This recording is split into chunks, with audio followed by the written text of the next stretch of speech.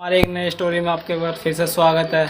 आज की स्टोरी मुझे राज ने भेजा है और आप भी अपनी स्टोरी मुझे भेजना चाहते हैं तो आप भेज सकते हैं। मेरे इंस्टाग्राम आईडी का लिंक डिस्क्रिप्शन में है, आप जाके अपनी स्टोरी मुझे भेज सकते हैं। तो वाओ, इस कहानी को शुरू करते हैं। ये घटना मेरे साथ हाल ही में हुआ है जब मैं यूपी से पश्चिम बंगाल जा रहा था, मैं और मेरे चाचा जी। लेकिन मैं पहली बार पश्चिम बंगाल जा रहा था और हम दोनों के स्लीपर सीट बुक था ट्रेन में। मैं और मेरे चाचा जी दोनों ही घर से जल्दी जाकर लखनऊ रेलवे स्टेशन पर हम रेल का इंतज़ार कर रहे होते हैं। एक अनाउंसमेंट होता है कि ये गाड़ी लगभग 4 घंटे लेट चल रही है। अब उस समय तो शाम के 4 बज रहे होते हैं, यानी कि गाड़ी लगभग शाम के 8 बजे आएगी। लगभग रात हो चुकी होगी।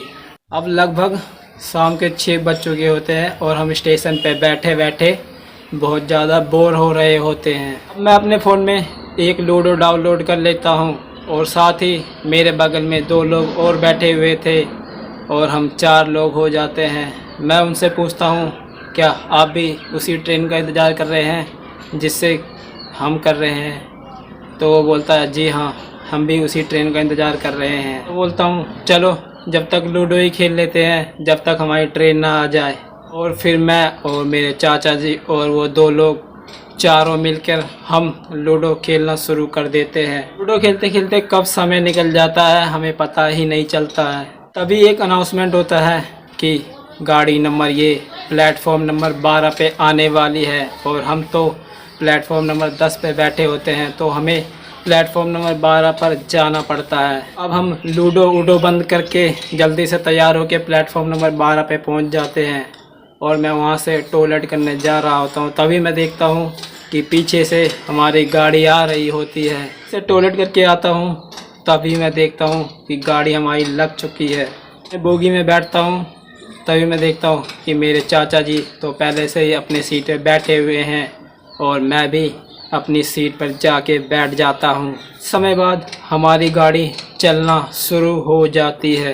रात के 10 बजे हमारी गाड़ी बहुत तेज़ी से चल रही होती है। मैं और मेरे चाचा जी तभी बोलते हैं कि अब तो भूख लग गया है, चलो खाना ही खा लेते हैं। खाना खाने के बाद हम दोनों अपने अपने सीट पर जाके बैठ जाते हैं। अब कुछ समय अपने सीट पर बैठने के बाद मैं सोने की कोशिश कर रहा होता हूँ, लेकिन मेरे आसपास के सीट पर बहुत सारे बच्चे होते हैं जिसकी वजह से मुझे नींद नहीं आ रही होती है, क्योंकि वो बच्चे कभी रो रहे होते हैं, कभी चिल्ला रहे होते हैं। उसकी वजह से मुझे नींद नहीं आ रही होती है और फिर मैं अपने सीट से उठता हूँ और जाके ट्रेन के दरवाजे पे बैठ जाता हूँ।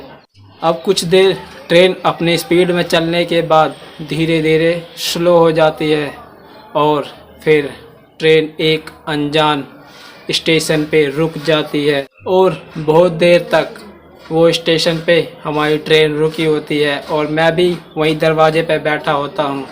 लेकिन अब मुझे उठ के बाहर जाने का मन कर रहा था, लेकिन वो स्टेशन बहुत ज़्यादा ही अजीब होता है और मैं वहाँ से बाहर निकलता हूँ और मैं इंजन की तरफ जा रहा होता हूँ। तभी मुझे ग्रीन लाइट पे मेरी नज़र पड़ती है, तो मैं देखता हूँ ये तो ग्रीन लाइट है, फिर भी हमारी ट्रेन क्यों नहीं चल रही है।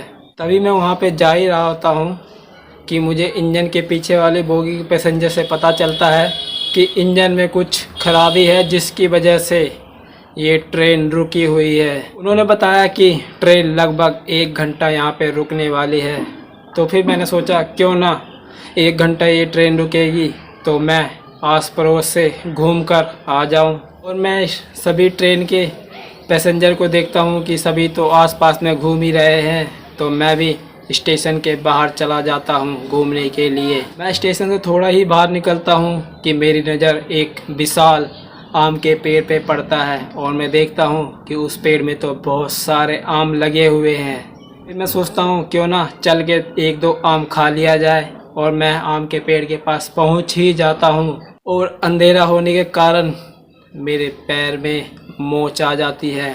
पता नहीं मेरा पाँव शायद एक खड्डे में गिर गया हो, इसलिए मेरे पाँव में मोच आ जाता है। लेकिन मुझे पता नहीं चलता है कि कब मेरा पाँव खड्डे में गिर चुका है और मैं फिर दर्द से तड़पने लगता हूँ और फिर मैं तड़पते तड़पते उसी आम के पेड़ के नीचे जाकर बैठ जाता हूँ और अपने पाँव को देखता रहता हूँ कि हुआ क्या है मेरे पैर में आखिर। और तभी पेड़ के ऊपर से एक मोटी आवाज़ आती है, राज राज।